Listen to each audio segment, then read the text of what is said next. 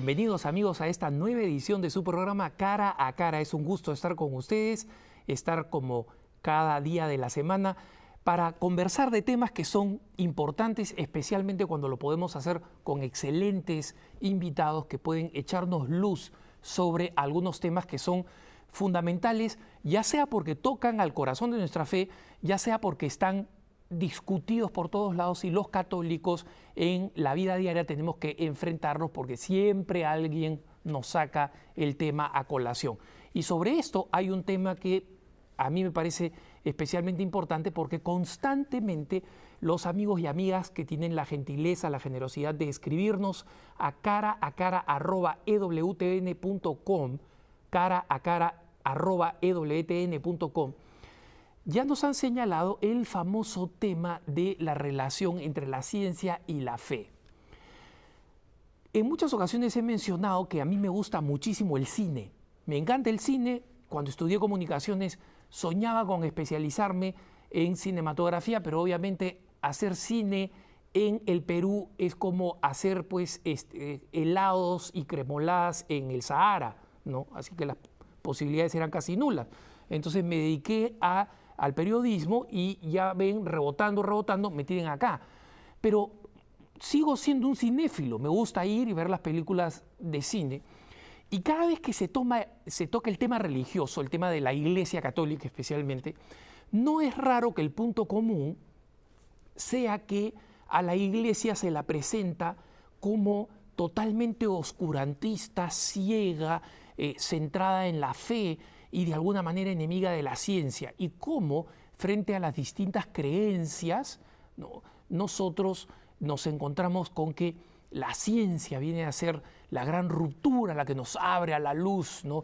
El hombre vivía oscurecido, embrutecido, envilecido, ninguneado por las creencias religiosas, hasta que llegó la ciencia y nos abrió los ojos, ¿no? Nos convertimos en personas que de pronto ya conocíamos la verdad. Este es un mito muy viejo, un mito que está dividido en dos desde el punto de vista de este humilde servidor. Uno es la creencia de que el hombre efectivamente puede conocer todo. Ustedes saben cuando D'Alembert, por ejemplo, fueron autores de la primera enciclopedia, creían realmente que todo el conocimiento de la humanidad podía sintetizarse en un montón de libros y que a un ser humano le iba a ser posible saber todo lo que había por saber. Imagínense eso, todo lo que había por saber. Hoy en día sabemos que eso es imposible. Y en segundo lugar está el otro mito de creer que la razón y la fe se oponen, que la ciencia es lo contrario a la fe, que tener fe significa negar cosas que la ciencia demuestra. ¿Eso es verdad? ¿La ciencia y la fe efectivamente se oponen? Nosotros ya tenemos dos pontificados seguidos, el del Papa Juan Pablo II, que pronto va a ser beatificado, y el del Papa Benedicto XVI, que han venido insistiendo una y otra vez que esta oposición es falsa. Sin embargo, a nosotros, quienes están fuera de la Iglesia o quienes se sienten en algún lugar pero no en la Iglesia, nos siguen argumentando. No, lo que pasa es que tú por tus convicciones religiosas no crees en la ciencia. No, yo no estoy hablando acá de cuestión de fe, estoy hablando de cuestiones científicas. Es decir, se utilizan numerosas expresiones que en última instancia suponen, la mayoría de veces implícitamente, así por debajito, escondido, indirecto, suponen que de alguna forma la ciencia y la fe se oponen y que la ciencia y la fe no tienen nada que ver. ¿Esto es verdad? ¿Qué tal si hablamos nosotros con una cosa que supuestamente es inexistente? Un sacerdote dedicado plenamente a la fe y al servicio de la fe, que al mismo tiempo es científico. ¿Qué tiene un sacerdote para que decirnos desde la fe y desde la ciencia? En este programa tenemos el gusto de estar con el padre Alfredo Cioffi, uno de los numerosos sacerdotes que han logrado reconciliar estas supuestas diferencias y que tienen mucho que decirnos a nosotros sobre cómo la ciencia y la fe pueden ser respondidas con una misma cabeza, como dos alas de un mismo pájaro. Así que volvemos, no se vayan, nos vamos a un corte breve para estar aquí con el padre Alfredo Cioffi cara a cara. Ya volvemos.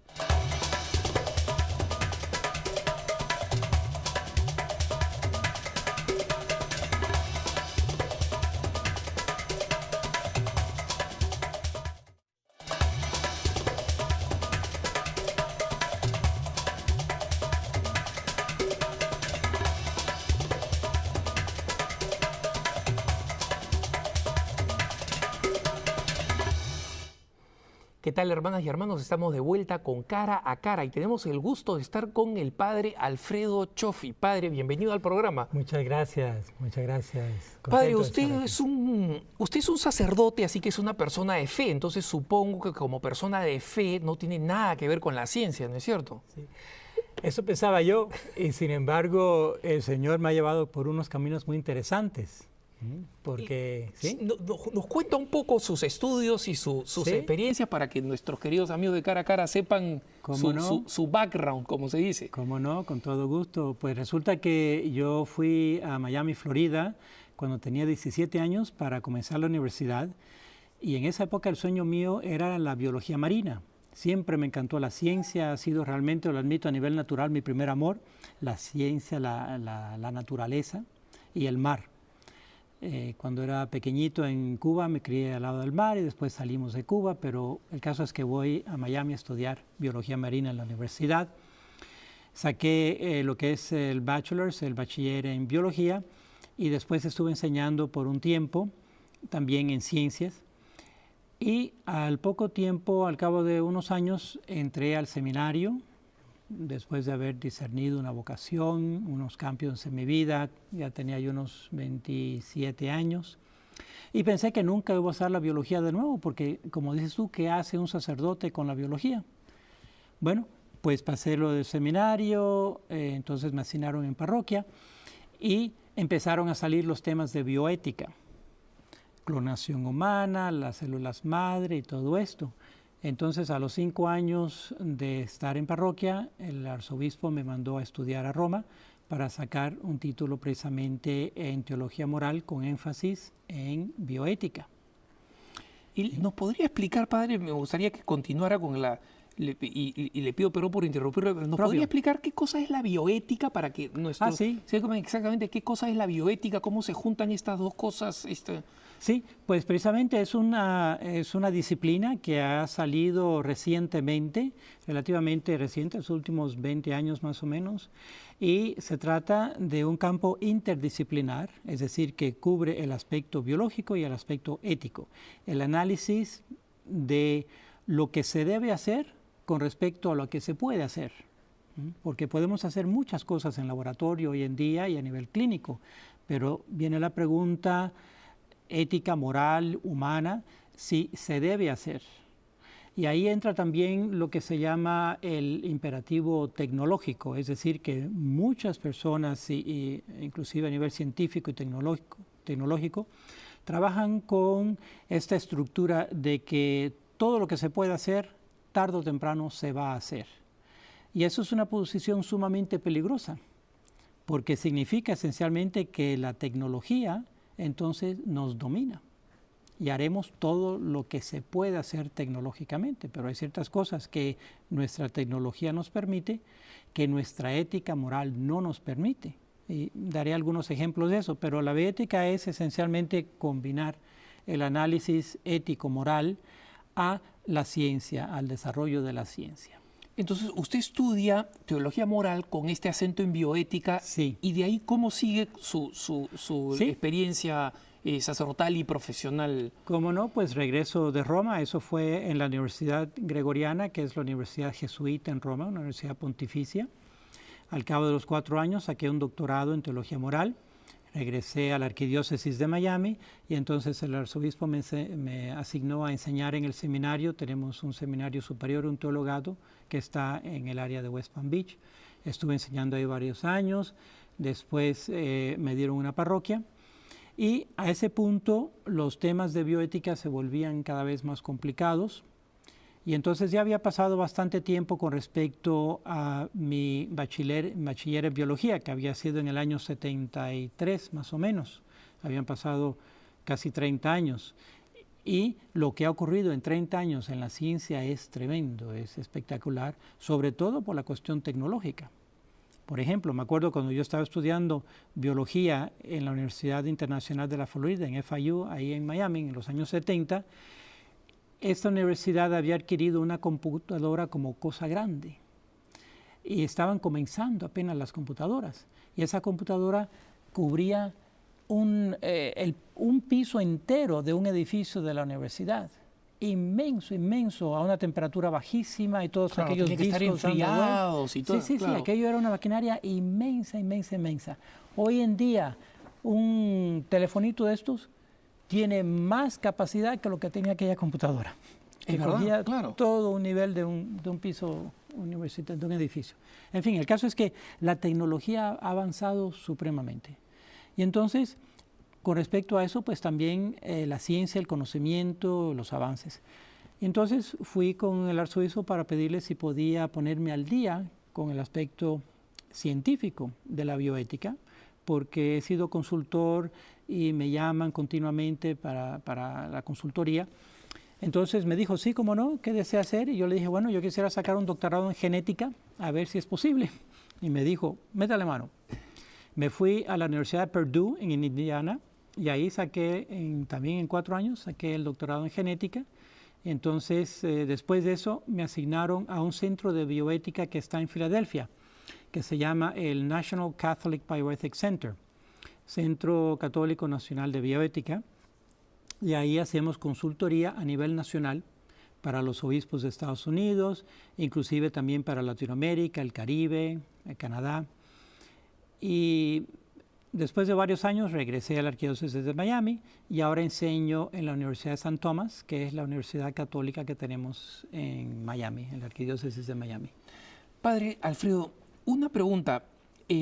¿Podría explicarnos un poco qué cosa es la genética? Sí. Yo sé que es una pregunta medio complicada, pero hay que tratar de ponerla en las palabras más sencillas, porque la genética está pues en la nuez, en el centro de muchos de los temas biológicos. Exacto. Y usted se ha doctorado en esa disciplina. Sí. En consecuencia, me gustaría que nuestros hermanos y hermanas supieran exactamente cuál es la importancia de este tema científico, ¿no? Sí. La genética estudia sobre todo lo que es la herencia a nivel de cromosomas, a nivel biológico, cómo los individuos de una especie salen de esa misma especie, es decir, cómo todos los seres humanos producen otros seres humanos y no otra especie, por ejemplo. Todo eso está en lo que se llama el código genético, es decir, en una información bioquímica que se encuentra en las células reproductivas, en los óvulos y los espermas, y ahí es la transmisión de la herencia a nivel biológico, a nivel físico, material. Y es interesantísimo porque la genética tiene ciertas leyes universales que se aplican a todas las especies de animales, de plantas, de bacterias, de hongos, de todas las especies vivientes en la Tierra. Y entonces, en base a estas leyes, pues se pueden hacer también ciertas determinaciones y, por supuesto, como dices tú, es una de las ciencias que más ha avanzado porque depende mucho de la tecnología. Y en ese el campo que se puede manipular también tremendamente el aspecto genético de varias especies, no solamente de la especie humana. Claro. Y entonces ahí salen los temas éticos también, morales. Exacto, candentes, enormemente candentes. Ahora, pero respecto a este tema de la ciencia y la fe, padre, estamos convencidos, y sobre esto tengo muchas preguntas que hacerles en el camino, pero estamos convencidos de que existe este mito de que la fe y la ciencia se oponen. Son incompatibles. Purdue es una universidad secular muy importante. Para nuestros hermanos que no lo saben, el padre Chofi ha estudiado en una universidad muy importante de estos estudios y que no tiene nada de católica, es decir, no es una universidad católica, es una universidad secular muy conocida. ¿Alguna vez alguien le preguntó, ¿y qué hace un cura estudiando estas cosas? Porque este mito de que el cura está por acá y el científico está por acá, Sí. y no solamente el cura y el científico, el católico y el científico van por lados distintos. Sí, sí. ¿Alguna vez se encontró con eso? Y si se encontró, Sí. ¿qué conversaciones se suscitaron a partir Bastante de eso, y ¿no? muy interesante, no solamente por parte de los estudiantes, sino de los profesores también, inclusive profesores católicos que son científicos, ¿verdad? Y que algunos sí practicaban su fe, otros no practicaban, pero tenían inquietud, y tuvimos diálogos muy, muy interesantes, porque de hecho hay una compatibilidad tremenda, elegante, que ustedes, yo espero, puedan ver a través de este diálogo que vamos a tener, cómo se complementa realmente lo que es el mundo científico y el mundo de la fe. ¿Mm?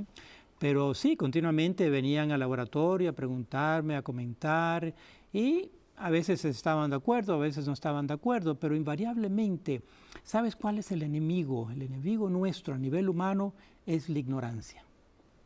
Entonces, la ignorancia nos hace asumir ciertas cosas que no son ciertas, ¿verdad? Que simplemente no se dan. Entonces, ahí ayuda mucho el dato científico, el dato de cómo la naturaleza se rige.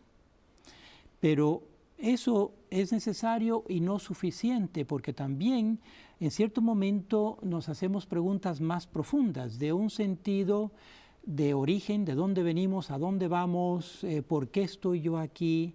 Y esas preguntas existenciales o trascendentales, ahí la ciencia está callada, porque no es su ámbito, no entra dentro de ese estudio. Ese es un tema que me parece importantísimo y que muchas veces la gente no comprende, efectivamente, porque no comprende, cree que hay esta colisión o esta oposición entre las cosas. Claro. En su experiencia, padre, obviamente su propio discernimiento sacerdotal es una cosa que fue entre Dios y usted. Él tuvo su manera de llamar, como nos llama a todos a nuestras distintas vocaciones, pero en su vida de fe, ¿alguna vez encontró en la ciencia y en lo que descubrí a través de la ciencia elementos importantes que lo reafirmaban en la fe, que lo maravillaban de las cosas? Definitivamente. Y mientras más atención pongo al elemento de la naturaleza y del estudio de la naturaleza, que es la ciencia, más me confirma mi fe, más me confirma mi creencia en un Dios sobrenatural que ha entrado en nuestra historia, que nos acompaña. Es una cosa bellísima. Vaya, basta decir que el mismo director del NIH en este momento, National Institute of Health de Estados Unidos, es Francis Collins, que es un converso al cristianismo. Ya ha escrito un libro bellísimo, se llama en español traducido El lenguaje de Dios, y es todo sobre precisamente el aspecto genético y cómo ese aspecto le llevó a él, y la naturaleza, observar la naturaleza, le lleva a profundizar en su fe, y estoy de acuerdo con él al 100%. Lo que es interesante y hasta irónico es que muchas veces observando la naturaleza, a una persona le lleva a profundizar más en su fe y a otra persona le llega a decir, ves, la naturaleza es tan perfecta por sí misma que no necesitamos de Dios. Es curioso, ¿no? Al final es una decisión que no es del ámbito científico, es en el fondo del alma del hombre. A nivel personal. Y yo creo que ahí influye mucho cuál fue el crecimiento de esa persona, el upbringing, cómo fue criada la persona, abierto a las posibilidades sobrenaturales o no abierto. Porque acuérdate de una cosa, que la ciencia trabaja siempre sobre el dato empírico, es decir, el dato que se puede medir de alguna forma, que sea conmensurable. Y entonces, por naturaleza, la ciencia es muy práctica, muy pragmática. ¿Cuánto mide esta mesa? ¿Qué color tiene? ¿Cuánto pesa? Todo lo que se puede medir. Pero hay otras realidades que existen, que son realidades, y que no se pueden medir, como por ejemplo, cuánto mide el amor, o cuánto pesa, o qué color tiene. Y sin embargo, ¿quién va a negar que el amor existe? Como existe el odio y existen tantas pasiones humanas, y que se pueden llevar a otro nivel, como por ejemplo el altruismo, la generosidad, el dar, hasta el punto de dar la vida por otra persona o por una causa, que se ha dado ampliamente a través de la historia. ¿Y cuánto mide eso? Claro. Exacto. Los hombres tratamos de ponerle figuras diciendo, sí, el amor es rosa, el odio es negro, Claro. pero son todas metáforas. Es metáfora. ¿No? Efectivamente, porque no tienen ni color, ni sabor, ni medida. Y sin embargo existe. Existe porque lo vemos operando en la historia. Lo experimentamos. Sobre este tema específico de la contribución de la Iglesia y de las personas de fe a la ciencia, es un tema en el que me gustaría entrar y me gustaría que se explayara, padre, tan pronto volvamos de la pausa. Estamos con el padre Alfredo Cioffi, cara a cara. No se vayan, volvemos después del corte.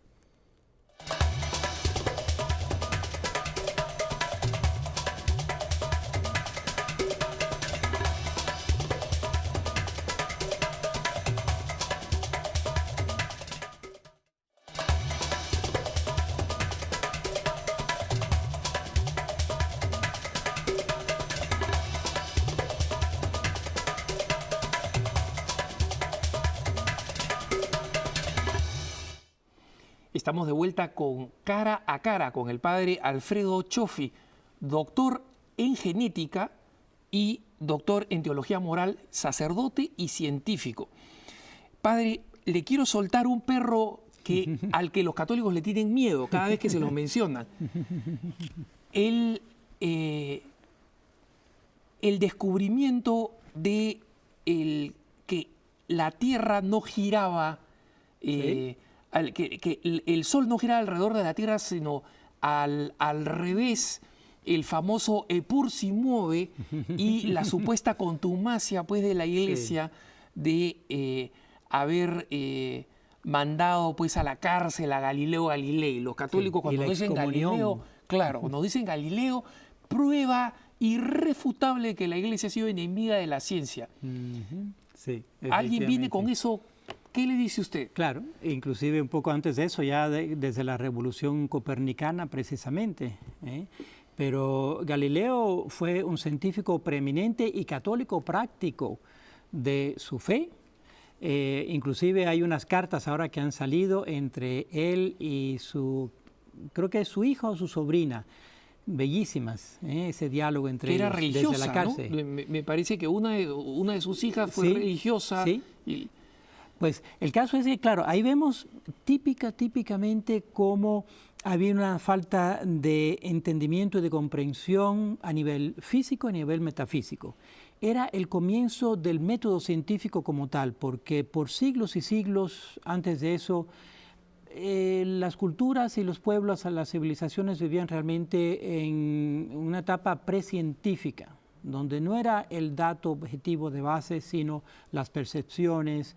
Y entonces, pues yo miraba hasta el horizonte y cuando terminaba el horizonte, ahí terminaba la Tierra, según mi posición, y de que era plana, pues no había duda de eso, porque era plana. Eso es lo que los ojos me decían. Exactamente. Pero son datos precientíficos realmente que no estaba la estructura sistemática del método científico. Galileo es un hombre riguroso de ciencia y comerciante también, por cierto, porque según dicen, el telescopio que inventa él, al principio era para detectar las banderas de los barcos que iban a llegar al puerto, porque según la bandera se podía saber de dónde venía ese barco, de qué puerto, y entonces la mercancía que traía. Y entonces ya en anticipación podían empezar a mercadear en esa mercancía. Ahí viene pimienta, te la vendo a tanto, yo la compro a tanto. Exacto, le encontró un ángulo comercial a su invento del telescopio, y después fue que lo puso hacia vertical, pero primero era horizontal. Son anécdotas y detalles, pero sí realmente lo de Galileo es que él, siendo científico también, tenía que ser honesto, tenía que tener su propia integridad intelectual y no podía negar lo que conocía con el dato científico. Y era un dato muy interesante, por ejemplo, que precisamente si nos quedamos con eso del barquito que venía al puerto, bueno, pues si lo ponemos al revés, el barco que se va del puerto, obviamente en aquella época eran todos veleros, por lo tanto mástiles, palos verticales que le salen a este barco, y conforme llegaba a ese dicho fin, en vez de desaparecerse completamente, iba desapareciendo a pedacitos. Gradualmente, lo cual indicaba una curva más bien que un precipicio vertical. Entonces él usa el intelecto para interpretar el dato de observación, y es la base de la ciencia, observación y experimentación. En fin, el caso es que él propone precisamente el cambio, en vez de ser el centro la Tierra, sino que el centro de nuestro sistema planetario era el Sol, lo que es el heliocentrismo, helio del Sol. ¿Qué pasa? Eso hace un conflicto con la teología católica de la época, que estaba basada en la encarnación, y da la casualidad que la encarnación ocurrió aquí en esta tierra, y que el Hijo del Hombre se ha encarnado aquí, se ha manifestado en esta tierra. Por lo tanto, teológicamente la tierra es el centro no solamente del sistema solar, sino del universo entero. De la creación entera, claro. Ahora, que físicamente, materialmente esté en el centro del universo es otra cosa completamente distinta. No es lo que la teología católica estaba diciendo tampoco, pero se malinterpretó. Y entonces también existía en esa época, más allá de ser paternal, la Iglesia en cierto aspecto era paternalista. Y quiero hacer esta distinción. Una cosa es ser paternal, es decir, ocuparse de la feligresía. Otra cosa es ocuparse a tal grado que sustituye uno la capacidad de raciocinio de la feligresía, es una sobreprotección. Y eso, honestamente, yo como sacerdote lo veo en las parroquias, en nuestras parroquias hispanas a veces, que los padres sobreprotegen a esos hijos, y cuando finalmente el hijo se va de la casa a los 30 o a los 40 años, pues no ha desarrollado las estructuras de madurez para lidiar. La fe, claro. Exacto. Y entonces ha habido un paternalismo. Entonces, eso existía en la época del Renacimiento en el catolicismo cultural europeo. Y entonces, por miedo a escandalizar a la feligresía, ciertos sectores de la Iglesia le dijeron a Galileo que tenía que callarse con respecto a su teoría. Especialmente un joven que era muy piadoso, muy ortodoxo, muy inteligente, y que estaba surgiendo los rangos en esa época, y era sobrino del Papa, y era Roberto Bellarmino, que llegó a ser santo y gran santo de la Iglesia. Santo cardenal, así es. Y cardenal, joven y canonista, y fue el que le hizo la causa. Así que tenemos dos grandes hombres con un choque que parecía un choque entre la ciencia y la fe, pero lo que había es realmente un choque de culturas. Una cultura tradicional religiosa de proteger, de una cierta sobreprotección de la feligresía, por un lado, y una cultura emergente que estaba comenzando de una ciencia nueva, que también querían hablar las verdades objetivas del universo material. Y entonces viene ese choque. Tardó 500 años, pero se logró que nuestro gran Juan Pablo II, que tal vez algún día se le nombre Juan Pablo II el Grande, para quitar la excomunión de Galileo, reconociendo que ahí hubo un cierto error o un juicio, tal vez un juicio un poco demasiado severo. Sin embargo, padre, no es que tomó 500 años para resolver este malentendido con Galileo. Pero se resolvió, quiero decir. O sea, claro, que la Iglesia claro. tuvo la humildad de reconocer. Pero no han sido 500 años, que es lo que la gente muchas veces dice, 500 años de oscurantismo en el que la Iglesia negó la ciencia.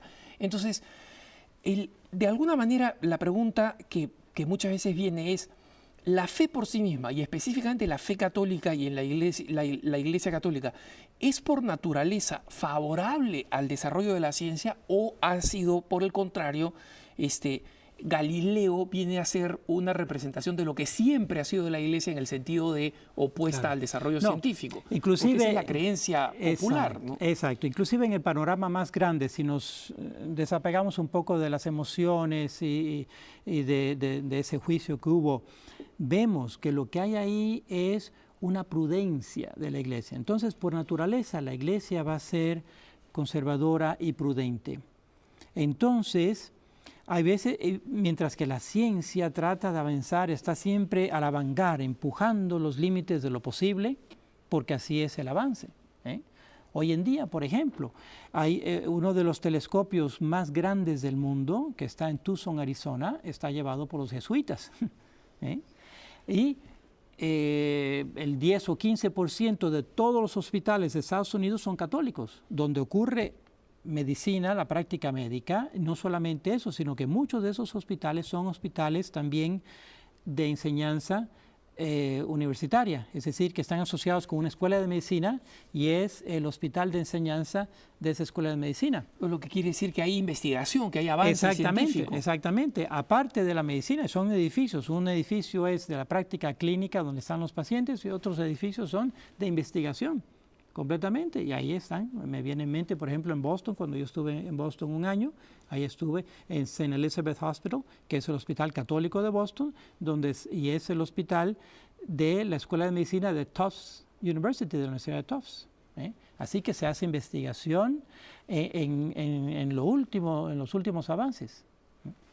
Entonces, si le entiendo bien, padre, a lo largo de la historia, y de la historia reciente donde la ciencia se ha disparado por la tecnología, precisamente. Sí. La tecnología le ha dado herramientas que eran inimaginables hace décadas, sí. no ni siquiera siglos. Sí.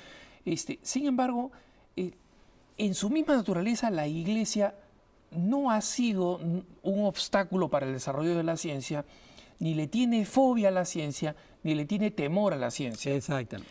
Sin embargo, sí han habido puntos de colisión donde muchos científicos dicen que la Iglesia limita el desarrollo científico y en consecuencia se vuelve una fuerza que retrasa el desarrollo científico.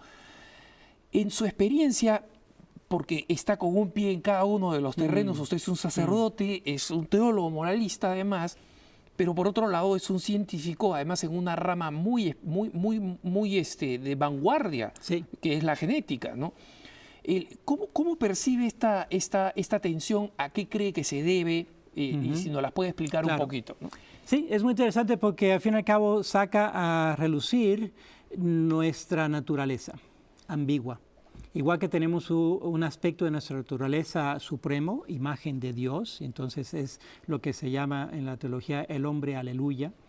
También sabemos que somos una naturaleza caída con las consecuencias del pecado original, ¿verdad?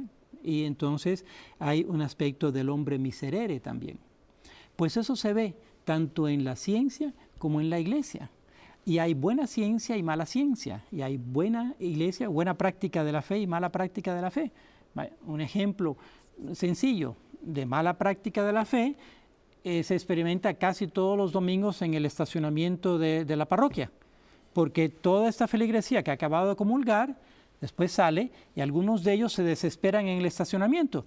Pero Señor, si acabas de recibir a Jesucristo y te has transformado en el cuerpo vivo de Cristo y lo llevas contigo, ¿cómo vas a ser intolerante con tu hermano que ha recibido lo mismo? ¡Pasa pues, gordo! No me estás dejando. No. Y se arman una pelotera tremenda allá afuera, ¿no? Porque somos inconsistentes. Bueno, pues igual, la ciencia es así. Hay buena ciencia y hay mala ciencia. Te puedo dar un ejemplo también con respecto a las células madre, todo ese tema de las células madre o las células troncales. Bueno, pues hay varios tipos de célula madre. Hay células madres adultas y células madres embrionarias.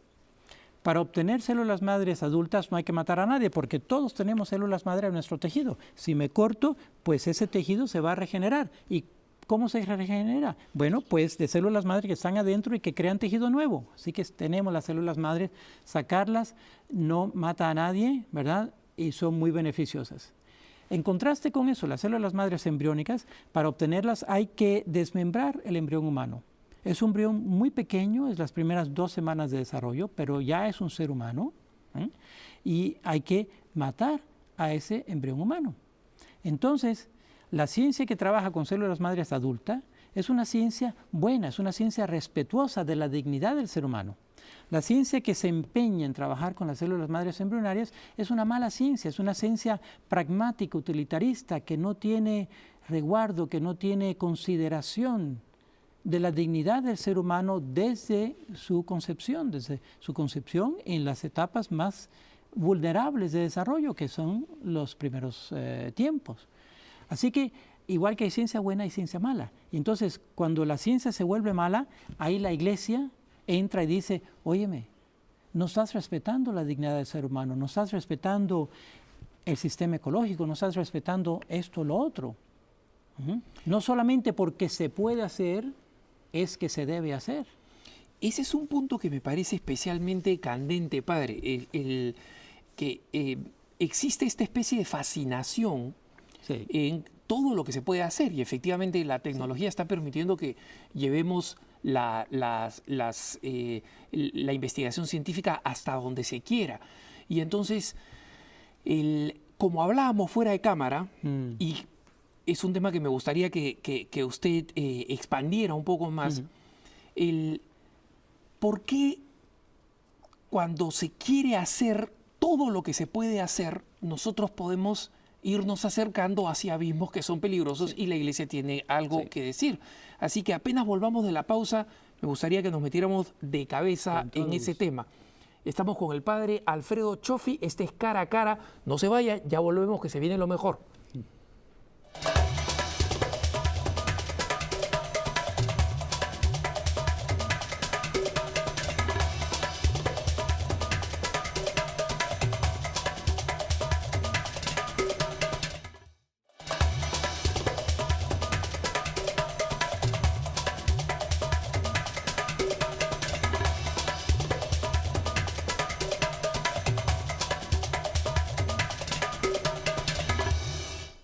Estamos de vuelta con el padre Alfredo Cioffi hablando de el supuesto conflicto entre ciencia y fe, donde el padre, con su mismo testimonio de vida de ser un doctor en genética, doctor en teología moral, sacerdote, pastor, nos demuestra en la práctica que es un mito hablar de este divorcio entre ciencia y fe. Sin embargo, muchos científicos, y me pongo en el caso de algunos que lo han dicho de esta manera, yo quiero experimentar con la ciencia y tengo ante mí un embrión humano y las cosas que podría descubrir son inimaginables. Entonces, ¿por qué la Iglesia se mete en mi capacidad de despedazarlo, hurgarlo, investigarlo, si es que lo que podría salir de ahí es increíble? Podríamos descubrir cosas que son inimaginables, ¿no? Y que podrían ser de mucha utilidad para la humanidad. Efectivamente, y esa ha sido una pregunta que no es nueva, se ha dado a través de la historia con distintos temas científicos que hoy en día se puede cristalizar bastante en el tema de las células madre y los embriones humanos. Más aún considerando que ya a través de los últimos 30 años más o menos, debido a la práctica nefasta de la fertilización in vitro, se han acumulado aproximadamente 500.000 de embriones humanos en clínicas de fertilización in vitro que son extra, que no se van a usar para llevar a dar a luz un bebé. O sea, tenemos bebitos en estado embrionario, chiquititos, que están ahí microscópicos, congelados a menos 180 grados centígrados, menos 300 Fahrenheit en nitrógeno líquido, están como cristalizados. Y entonces, pongo esto como un ejemplo concreto, ¿verdad? Porque el científico nos dice, bueno, y eso si de todas maneras van a ser descartados, van a ser botados, porque las clínicas los botan, después de cierto tiempo limpian los tanques y los botan. ¿Por qué no utilizarlos? ¿Por qué no sacarle algún provecho? Bueno, eso sale de una mentalidad utilitarista, pragmática, que es sumamente peligrosa, porque bajo lo que está de trasfondo de esa mentalidad es que el fin justifica los medios, y no podemos, porque los medios tienen que ser justificados en sí mismos. Si no, podríamos justificar una serie de barbaridades porque los fines son buenos. Y no es solamente eso, el medio tiene que ser también, los métodos que se usan tienen que ser métodos legítimos, éticamente, moralmente, porque si no, lo que sufre en última instancia es la dignidad del ser humano, precisamente. Y la integridad del ser humano, lo que se dice una sociedad civilizada. Nos vamos a la barbarie realmente, ¿eh? Pero vaya, siempre ha habido, a nivel natural, el ser humano es una especie sumamente curiosa, curiosísima, de las más curiosas que existe en este planeta, al punto que nos lleva a situaciones peligrosas de experimentar con ciertas cosas que nos pueden destruir tremendamente, como por ejemplo, en este momento ya hay tantas armas nucleares en el mundo a través de los distintos países que si volaran estas armas, la Tierra entera se desintegraría de una forma tremenda. Hay como 500, 600 veces más capacidad para destruir la Tierra completamente con todas las armas nucleares que hemos acumulado. Y producto de la ciencia y producto de la curiosidad. Así que cuando los seres humanos decimos la curiosidad mató al gato, deberíamos decir la curiosidad mató al ser humano, porque nosotros somos más curiosos que los gatos. Muchísimo más curiosos. Entonces nos fascinan los instrumentos, nuestros instrumentos que hacemos, nos fascinan y tenemos una gran capacidad para hacer instrumentos, ¿eh? Pónganse a pensar que la otra especie que más se acerca a nosotros genéticamente, a nivel de cromosomas y de todo esto, es el chimpancé. El 97% de todo el genoma, de toda la construcción genética del chimpancé es idéntica a la nuestra. Pero como dicen los franceses, voilà la petite France. En ese 3% está la diferencia entre un mono y un humano, ¿eh? El caso es que el chimpancé, que es el que biológicamente se acerca más, es el que más ha desarrollado alguna herramienta.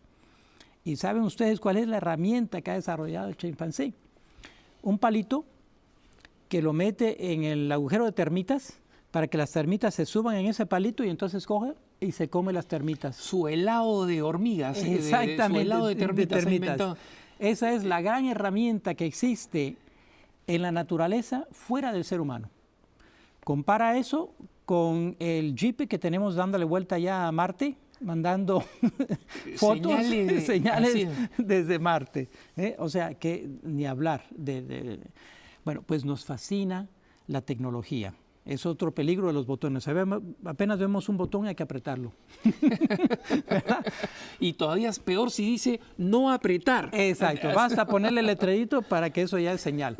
Entonces, ¿qué pasa? Tenemos que poner un poco límite, ¿por qué no? Sí, límite a esta curiosidad, pero es un límite positivo, es un límite de prudencia.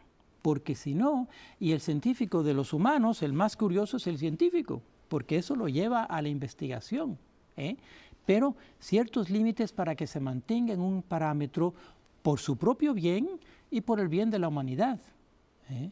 Porque típicamente, ¿cuál es el que más sufre? ¿Cuál es el que más apeligra? El más débil, el que no se puede defender. El embrión, ¿cómo se defiende un embrión? ¿Cómo puede dar consentimiento para experimentación? Imposible. Entonces hay que defenderlo. Recientemente hay el caso de una conversa al catolicismo que usted debe conocer, padre, que trabajó mucho tiempo en Planned Parenthood, en paternidad planificada, y que una vez estuvo asistiendo a un aborto y mientras asistía ella estaba viéndolo en el monitor, en el control, ¿no? Y dice que le sorprendió cuando estaban introduciendo la máquina de succión ver cómo este pequeño embrión trataba de alejarse desesperadamente. Es decir, la historia de que lo que hay está dentro del vientre materno es una bola de células que daba pues totalmente derribado, ¿no? O sea, el ser humano quiere defenderse, pero es el más frágil de todos, ¿no? Exacto. Y el famoso doctor Mengele, ¿no? El nazi que experimentó con seres vivos, con adultos vivos de forma espantosa, él justificaba que lo que estaba haciendo era para avanzar la ciencia y saber más para poder supuestamente ayudar a la humanidad, ¿no? A mí me parece un tema importante, muy importante el que toca usted, y me gustaría que si puede abundar un poco en eso. Cómo muchas veces los científicos hablan de queremos avances para la humanidad en abstracto a costa de seres humanos concretos, ¿no? Entonces, yo no sé cómo el que está dispuesto a matar al ser humano que tiene al frente tiene la capacidad de preocuparse por seres humanos que ni siquiera ha visto. Ujú, ujú.